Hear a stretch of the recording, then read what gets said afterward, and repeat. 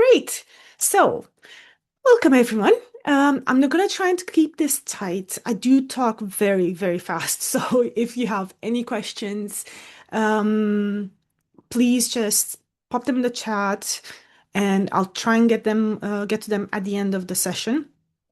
It's scheduled for an hour. Hopefully, we'll finish with 5, 10 minutes to spare so you have time for a brew before your next meeting or anything else you have planned afterwards.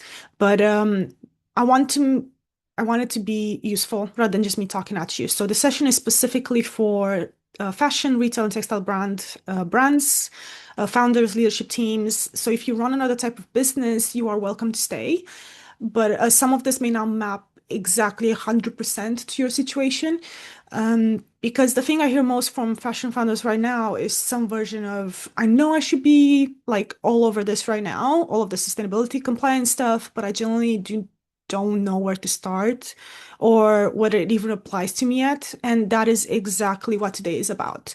By the end of this hour, you will know which rules actually apply to your brand in 2026, what is coming next until 2030, and the three things we're doing in the next 90 days. So let us start with a quick check of the room, with a quick sense check. So if you don't mind dropping your letter in the chat, A, B, C, or D, and literally there are no wrong answers. D is entirely valid, and I appreciate the honesty because a lot of people are at that point, and that's absolutely fine. Where do you where do you sit right now? Do you be that's that's good, means we are starting exactly in the right place. And nothing I'll cover today will feel like revision. It's pretty good. Anyone else? Where do you sit right now? Be good to get a sense check because then I know how to talk through the presentation as well. So this is for you, really. And Nate, no idea. Again, that's absolutely fine. It's good to know. Well, in our small amount of time together, my goal is to make a big impact in the following ways: to provide you confidence where there was once uncertainty, to give you clarity where there was once confusion, and to unlock within you the true potential you have to make the impact in your business and make this less stressful. Yet, if nothing else, I'm really here to help you stop guessing what applies to your business and leave with a clear starting point for compliance that fits your size and the stage you are at. Now, do these sound familiar? Like I keep reading about all of these new EU rules, but I generally don't know which ones apply to my brand or whether I even need to care yet, or whether retailers send you sustainability questionnaires.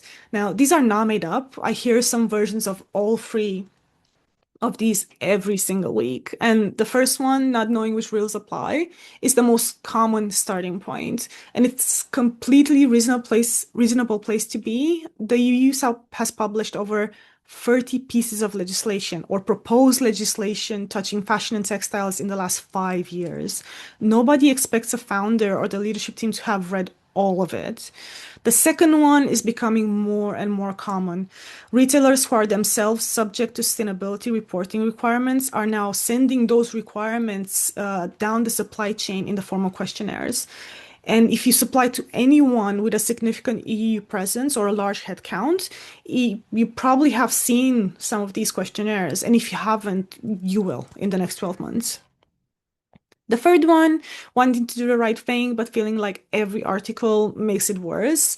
I think is the one that frustrates me the most about this, how this topic gets communicated, because most sustainability content is written by people who already understand the landscape for other people who already understand it.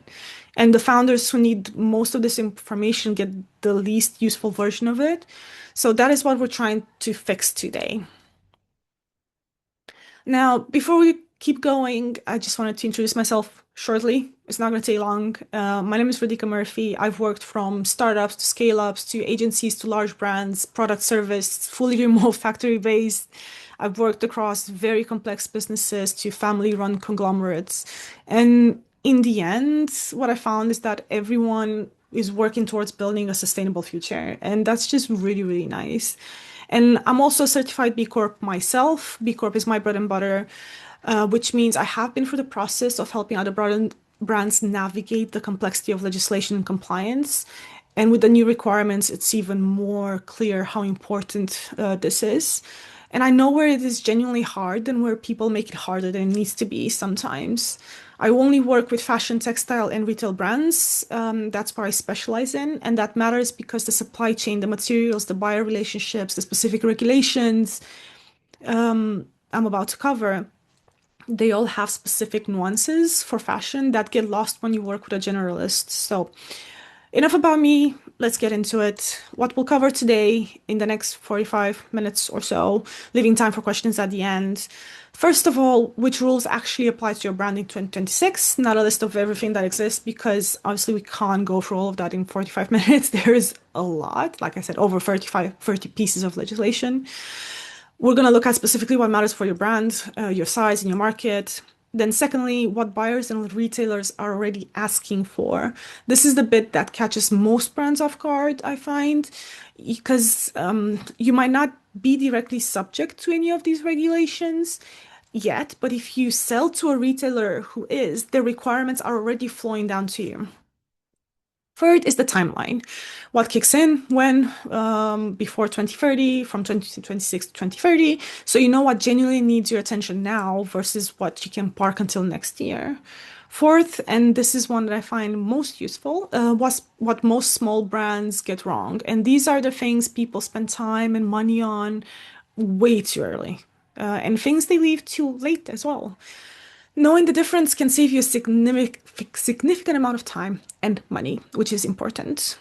Last but not least, your next 90 days, concrete actions you can take based on where your brand actually sits. It's not generic advice, there are very specific starting points you can implement this week. Before we get into which of these apply to you, let's go through the alphabet soup of EU sustainability rules. These four ones are the main ones we'll cover today. But I wanted to give you, before we deep dive into all of them, a one sentence version of each one. And I'm going to go much deeper in the next few minutes into each of them. But this is like a mental hook for each of one first. So CSRD, that is the Corporate Social Responsibility Directive. Think of it as sustainability reporting becoming mandatory, the same way financial reporting is. So you have to do financial reporting, now you have to do sustainability reporting. Certain companies now have to publish their environmental and social impact data every year. Okay.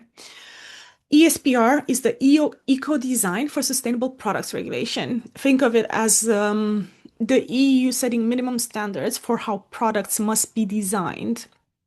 So not just what they are made of, but how long they last, whether they can be repaired, and eventually what proportion of recycled material they must contain. DPPs are the digital product passports. I'm pretty sure you've heard of them. Everyone's talking about them lately. I like to call them a product CV that has to travel with every garment. It's basically a digital record, usually accessible through a QR code or an NFC that contains information about materials, origin, and end of life. The ECGT. Now, this is relatively new, but not new. It's the one people refer to as the Green Claims Directive, but the Green Claims Directive was paused in 2025, and the Empowering Consumers for the Green Transition Directive. I swear the EU is doing this on purpose to us, so we can't pronounce them all. The ECGT is enforceable from September this year. So it's already law and it's enforceable, and people will get fines from September. For the UK, the body that will dish out the fines is the UK CMA. They've had fining power since 2025 and published new enforcement guidelines in January this year. So this is really important. It's going to be the last one we go through. And there's a few things that I can give you at the end as well that will help. Now, how do you figure out if these apply to your business? There are four factors that determine whether any of these actually apply directly to your brand. So the first one, where you sell. This matters the most because these are EU regulations. So if you sell exclusively into the UK market and have no EU customers, direct compliance is less pressing right now.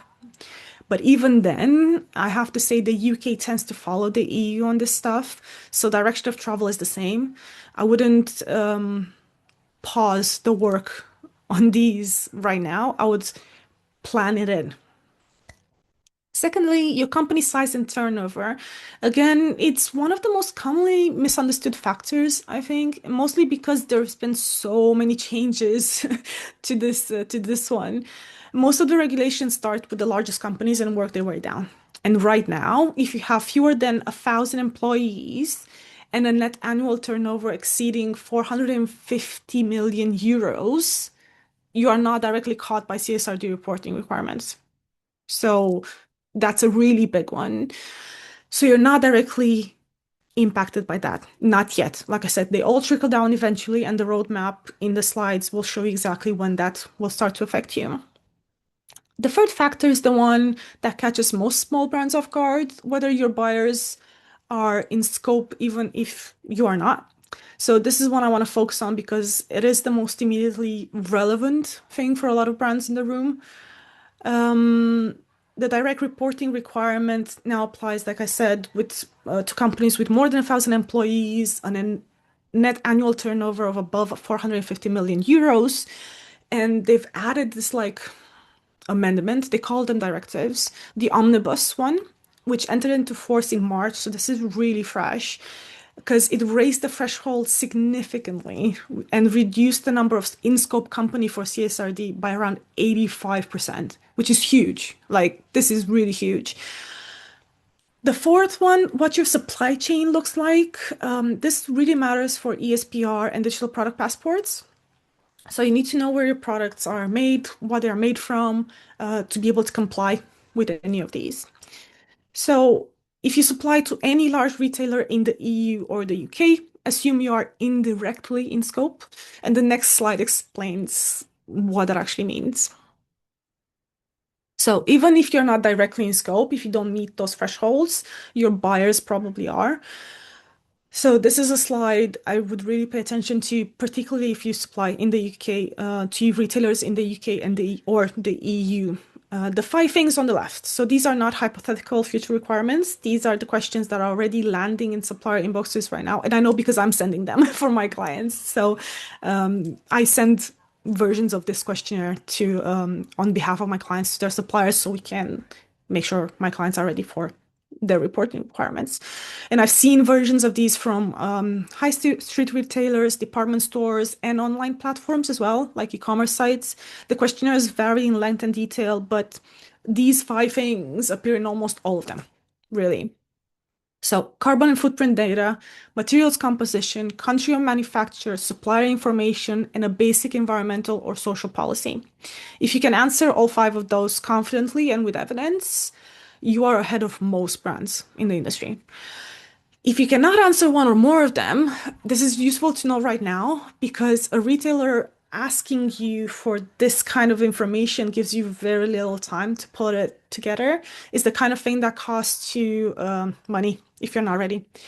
And the good news is none of this is complicated to start building. It just requires actually starting. And the brands who start now, before it becomes urgent and you're like pressured into giving this information, you'll be in a completely different position from those who wait until someone has a deadline and forces your hand to get it done. Because then the pressure on your team, the money you might have to spend to get it all together, the inaccuracies that you might encounter will be really overwhelming.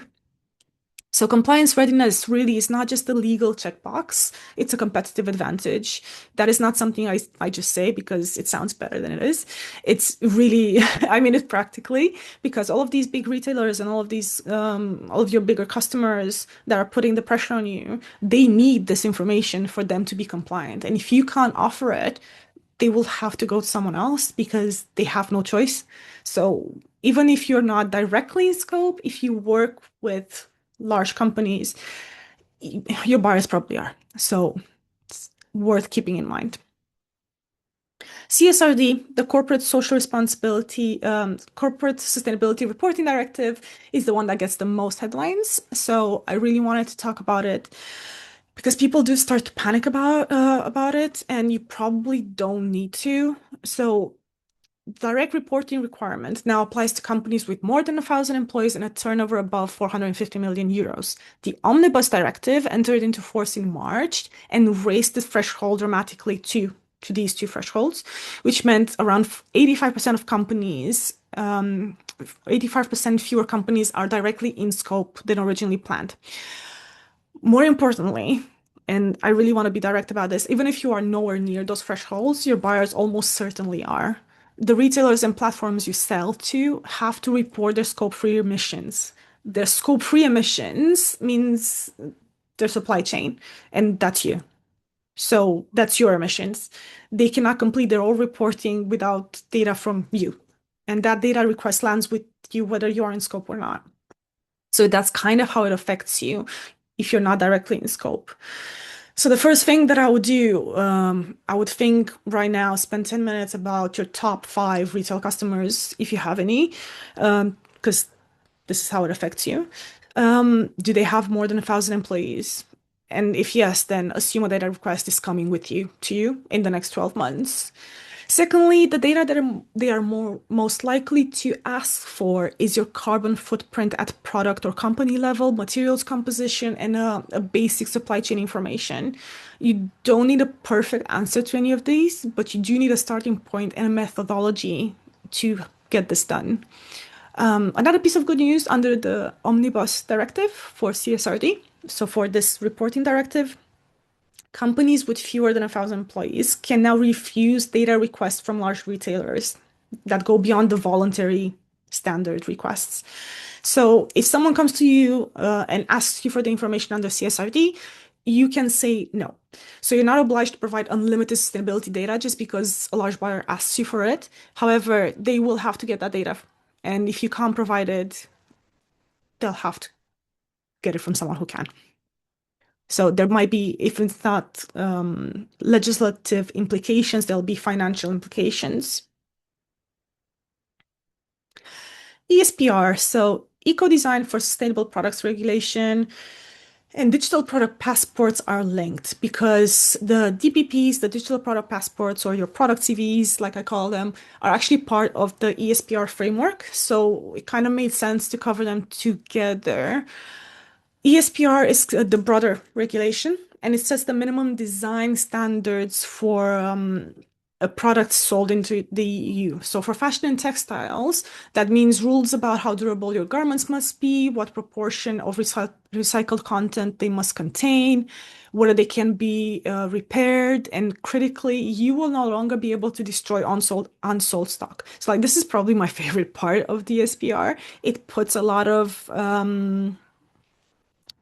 ownership onto the brands to at design stage to be careful on the quantities they design for and how it gets designed so everything is recyclable. So that's what this does. It prevents waste, really. And actually it prevents wasted money as well, because if you have a lot of dead stock, that's money you've paid for it. So it actually helps brands in the long term. In the short term, having to prepare for it, it's a bit of a headache because it's already causing significant operational headaches for large fashion brands who have built their business model around end of season write-offs. So you plan ahead, you plan your collections ahead quite far enough in advance. So if you think you have time for this, I would really reconsider it. So the specific rules for textiles are still being developed. The regulation is live, the ESPR is live, but the delegated acts that set the exact numbers, minimum recycled content percentages, specific durability tests, they're being worked out category by category. And textiles are one of the first categories in the queue. So the first two industries that fall under this is electronics and fashion and textiles. And expect the exact specifics in the next 2 to 3 years. So digital product passports sit within ESPR. The idea is that every product sold in the EU will eventually need a digital record, accessible via QR code or an NFC. Really, that's the least important part of the whole thing, because the data, the specific information about that product that will go into the digital product passport is the most important thing. So for a garment, that means fiber composition, where it was made, what chemical treatments were used, and how to recycle it at the end of life, and how to take care of it during its lifetime. And this is important. I want to be straight about timing. The Textiles Delegated Act under ESPR is expected in Q2 2027. Okay. And once adopted, brands will have about 18 months to comply. So that's the timeline, meaning the mandatory compliance for textile DPPs is realistically late 2028 or early 2029. So no delegated act has been adopted yet as of right now, as of April. And the framework that I would put it within is 2028 at the earliest. That is a framing that is accurate in terms of timelines, because the exact date will depend on these like delegated acts that will specify the exact numbers that you will need to comply with. So I say this because I have seen last year and this year brands spend money on DPP software platforms, for example. You don't need that yet. And that's one of the things that small brands, SMEs, do too early. And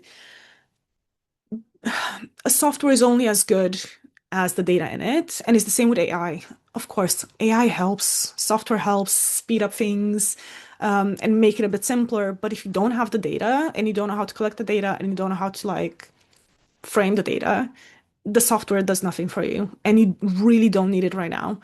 Um, Nobody's Child is probably a great example of how they've done it right. I love Nobody's Child. They're one of my favorite brands. Half my wardrobe is probably from them. They're amazing. And what they did with digital product passports, they literally just started with a spreadsheet, and anyone can do that. Start with a spreadsheet, start collecting the data, and then build it SKU by SKU. And that's the easiest way to do it. And that's the way that I would really recommend you to start. You don't need to invest in software right now. It's too complicated and you're just not there yet.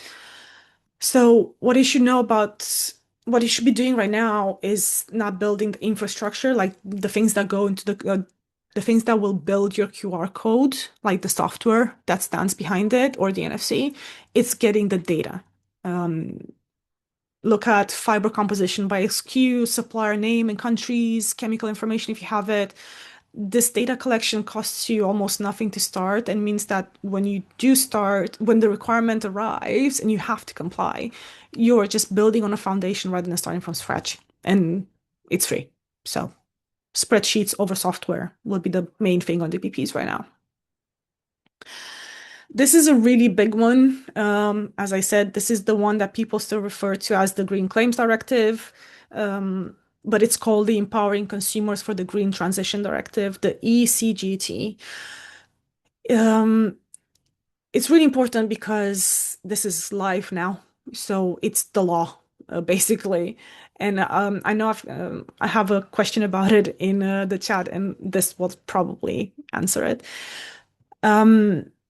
So from September 2026, this is enforceable, which means you can get a fine if you make claims like this is sustainable. So it's enforceable. It covers the most important ground with companies using generic terms like eco-friendly, green, sustainable, conscious, ethical. All of this is banned unless you can back it up with evidence or with a recognized certification with clear, verifiable evidence. Then delete it from any customer-facing documentation.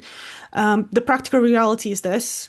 And if you go to the website, check your website right now and search for the word sustainable. How many times does it appear? And how many of those instances can you actually back up with specific documented evidence? And even then, the nuances of the way you talk about it are so specific. I would really be careful on how you position your company. And this is not about Like, I'm not asking you if your brand is sustainable. I am asking whether you can prove each specific claim you make about it. And those are two very different questions, and the distinction really matters with this one. So, for example, if you say this top or this item was made from sustainable materials, what does that mean? Which materials? Certified by whom? To what standard? If you say this is our most sustainable collection yet, great. Compared to what? To do you have the data from the previous collections to support a comparative claim? If you say eco-friendly packaging, okay, what specifically makes it eco-friendly? Is it recyclable? What percentage of post-consumer recycled content does it contain? These are the questions that this directive, this law is designed to force. And the brands who are already operating this way, making only claims they can evidence, are going to find this directive completely manageable. It is actually going to help them because it removes the competitive disadvantage of doing things properly, which most of you are, when competitors can just say whatever they want. So it's actually a really good one. It's tricky. It has a lot of gray areas in the way you can refer to things, but the simple action is this: do a claims audit.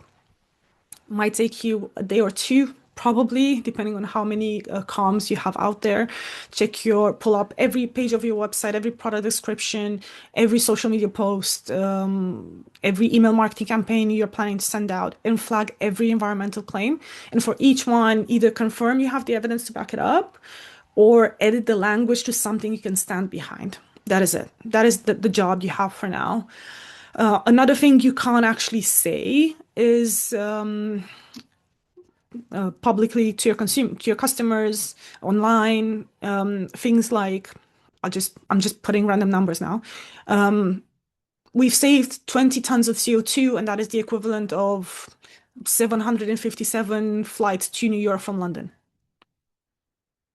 That data is not scientifically verifiable, and because you can't verify it, you can't say it. So even claims like that, you can't make them public. You can use them internally because there's obviously calculate way to calculate that on average and estimate things, and you can get those numbers internally to maybe an employee training session to bring everyone on board and to help them understand how things work. Because 20 tons of CO2 is very abstract for people generally, but for auditors, saying something like that just doesn't fly. Now, what happens if you ignore all of this? Because there is a tendency I find when I speak to brands to say, "Oh, there's time. Oh, it's fine. Like we're too small." There are actual consequences, and I really think they are underestimated. Because if you do nothing, there will be fines. So the greenwashing enforcement carries significant fines across the EU. So the way this works, some national authorities can impose penalties up to 4% of global annual turnover. The ECGT, which is the green claims one, which is already law, puts enforcement in the hands of national consumer protection bodies, which is why the UK CMA has fining powers. And is the same in Germany and Netherlands, for example. The national authority protection bodies for this type of stuff have the fining powers. And the UK has had it since 2025. So there, the the legislation is at EU level, but the enforcement is put into the hands of each country, each national consumer protection body. And for the UK, as an example, that's the CMA. I hope that answers the question in the chat. On the legal action, this is one that I think surprises people quite a lot. Competitors who are complying with green claims rule can bring legal proceedings against brands who are not. So this is already happening across Europe, particularly in Germany and the Netherlands, because their consumer protection law is aggressively enforced, and the complaint doesn't even have to come from a regulator. It can come from a brand sitting next to you at a trade show. So if you have like marketing materials and information, please be on the lookout on what you put on it. On the retail locked out, being locked out of retail, this is one that I do see happen, unfortunately, and it is happening right now, not 2028, 2030. Retailers are tightening their supplier onboarding requirements. Like I said, I myself, I'm sending some of these questionnaires to suppliers, and I know there are smaller companies that don't have any of this data yet, but I work with them to help my clients get the information they need because that's what needs to happen. Everyone needs to work together across the supply chain.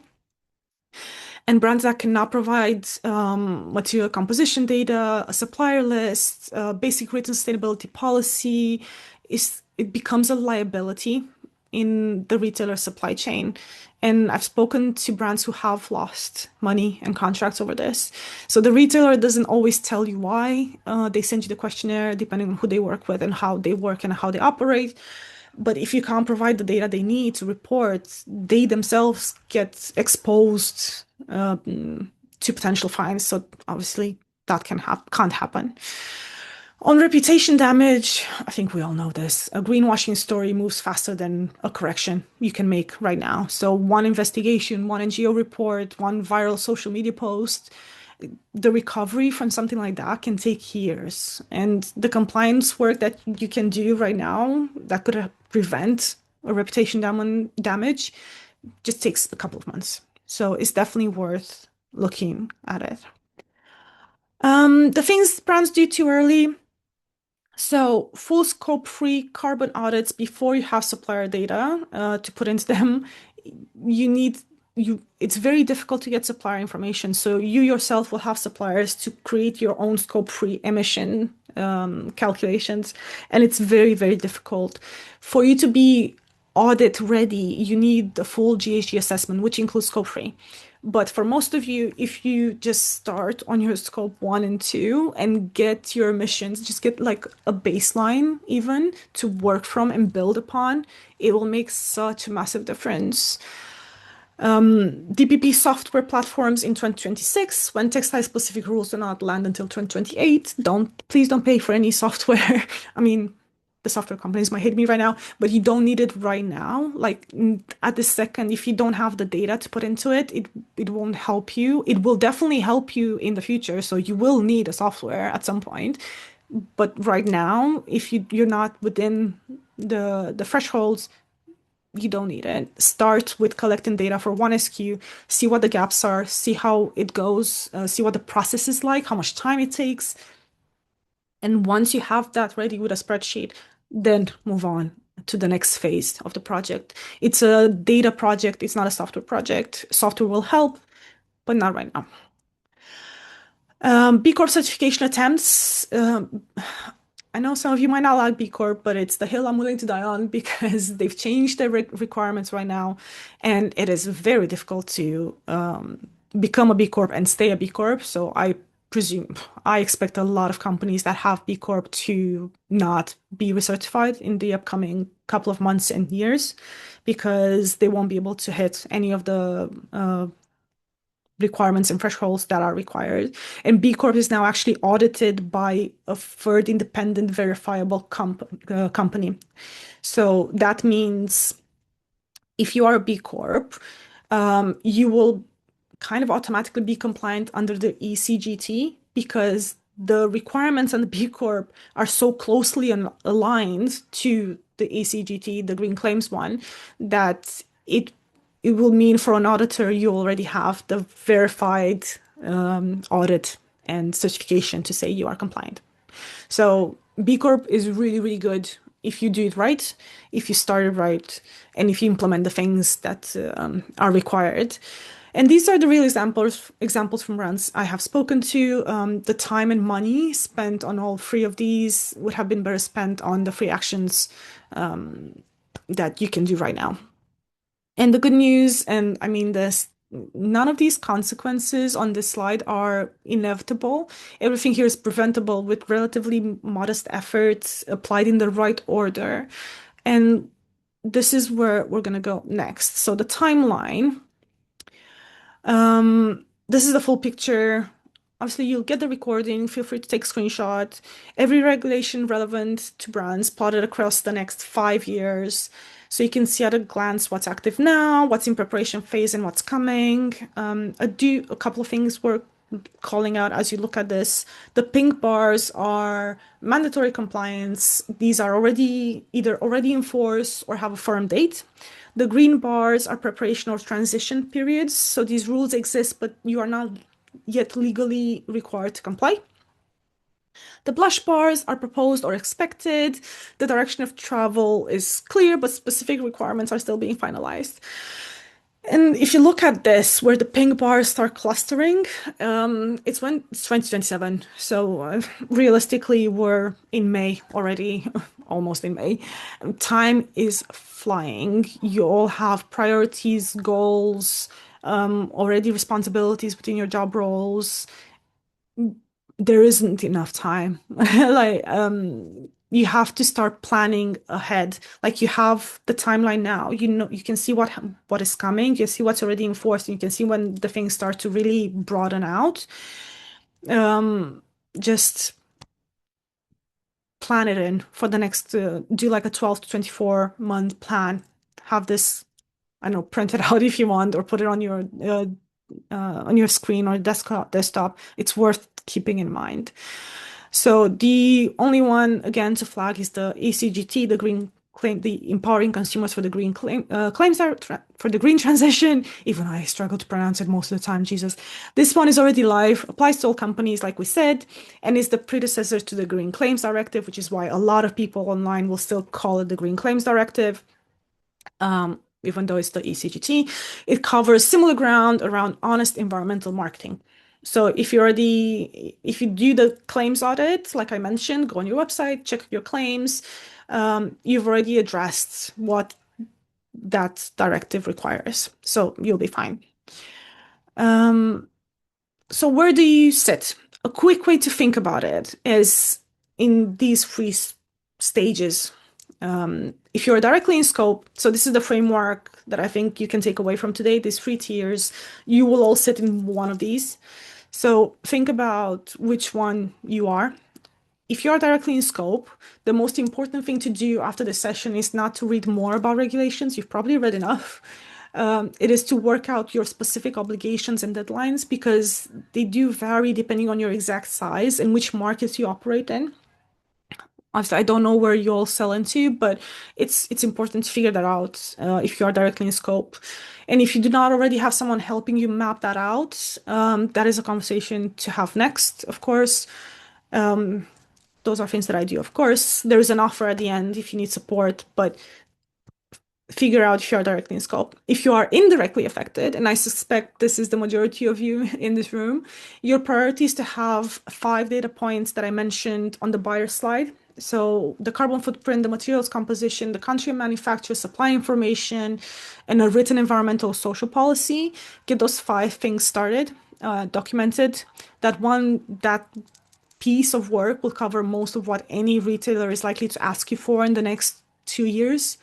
And if you're not yet in scope, don't spend money on compliance software or even consultants yet, okay?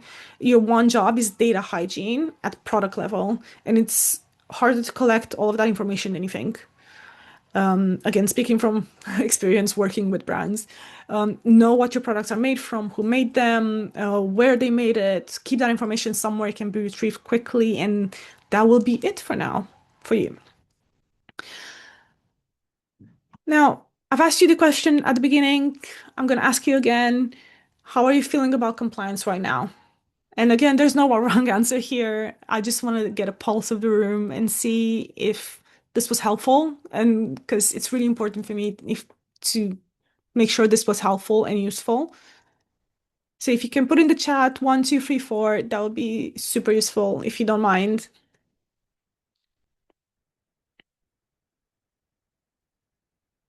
Okay, that's good too. Oh, that's really good. Okay. So the next slide then will feel like confirmation of a few things you're already doing or planning, and I would use it as a checklist for the next 90 days. we are in the last stretch. I feel like I've talking at you quite a bit. So I did want to make this practical so you can take this away and actually be able to implement things. So there's free actions, 90 days. I've written them so they apply depending on where you sit in the tier framework from a few slides back. But honestly, you could the second and third tier applies to everyone regardless. So first one is specifically for brands who supply to large retailers. Don't wait to receive a sustainability questionnaire. What I would do is contact your buyers now and ask whether one is coming, because the brands that do this proactively are the ones who have time to prepare. The ones who wait to receive this type of questionnaire, you'll probably have a 2 week turnaround and have to scramble for the data. I've seen both scenarios, and the difference in outcome is quite significant. And you would probably think, oh, large retailers will give you more time, they'll be more prepared. They're not. 2 weeks is the average I've seen people request data for. The second action applies to pretty much everyone, regardless of size, tier, or market. Go to your website today. Not this week, just grab a cup of tea, and if you can, go on your website and find every environmental claim you make. For each one, ask what is the specific evidence for this? If you cannot answer that in one sentence, the claim needs to be edited. The ECGT directive is clear. The UK CMA guidance very clear on this, and enforcement is active. Don't risk it. The third one is also quite universal because if you open a spreadsheet, it's nothing fancy. And for every product you sell, you record three things: what it's made from, when it was made, and who made it. And that is your data foundation. That's your start. Your CSRD data builds on it, your DPP data builds on it, your retailer questionnaire responses build on it, your literally you build upon it. And once you do it, it does every job. It doesn't need to be perfect right now, you just need a starting point. And 90 days from now, if you've done these three things, you will be in a fundamentally different position than from where you are today. And you're not, of course, you're not going to be compliant with everything. Uh, Compliance is a very long journey, but you will be ahead of most brands your size. And that's what's important. It's exactly where you want to be, really. Now, you can absolutely do this yourself, of course, but if you have fancy shortcuts, I have already done most of it for you. There's free files, one short survey to get your specific data, and one webinar price.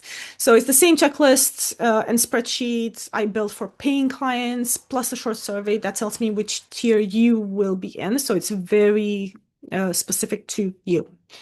I call it a compliance snapshot. It's £99 for webinar attendees only.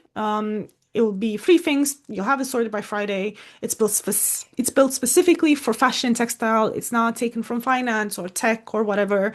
And you have those three things included, like the green claims ECGT checklist. It's going to be in plain English with examples of claims that pass and claims that get you sued or fined. So I'll give you examples. It will save you time. You can probably do that then afterwards with like a cup of tea. It's great. It actually saves my clients so much time. The product data spreadsheet is going to be structured. You're going to have fiber country supplier certifications. The lot is going to be really well done for you to just input the data. Super easy to use. You can use it then for retailer questionnaires, B Corp prep, LCAs, DPPs, groundwork later. You build it once, used everywhere. Don't need to worry about it. You'll know it's the right way to collect the data. And then your personalized snapshot. There'll be a survey so I can get the information from you. But I'll send you back a report, a snapshot with your tier, your specific free actions, how to do it in your context. It's not generic. It's not going to be like a generic checklist or whatever. This version of the 90-day plan that will apply specifically to you to take away the stress, the worry, like, am I doing this right? And what else data do I need just to saves you so much time, genuinely. So the honest math, this is what I usually charge my clients for it because there is a lot of work that goes into it. But for the webinar, it's usually 29. I do it at 295, but I really want because it's only five of you, six of you. I think 99 is very low risk, and you do get exactly what you need by Friday to just get everything sorted and you don't have to worry about it later. And yeah, the offer is the claims audit of your website for free, a product data spreadsheet structured for fashion, textile, or retail, depending on what your brand is, for free, and the one-page tier diagnosis and the action plan at 295 normally. But today, if you, I'll put a link in the chat, it's £99. If you use the codes, it's super easy. You'll have everything done by Friday. You won't have to worry about it. Oh, where's my presentation? Oh, there we go. And also, it's a 7-day money back guarantee. So if you open the files, you fill in the survey, and you actually think, actually, this is not useful at all, drop me an email and I'll give you the money back. But I know this is useful. My clients use it all the time, and they have said it saved them so much time and hassle. Now, the offer is live for only 24 hours. If you use the code that I put in the chat with the link, £99, 2 free bonuses, 7-day money back guaranteed, generally no faff, and you'll get everything that you need. And we got to the end, and we have time for questions as promised, which makes me really, really happy. Does anyone have any questions? Do you want to put them in the chat or get off mute?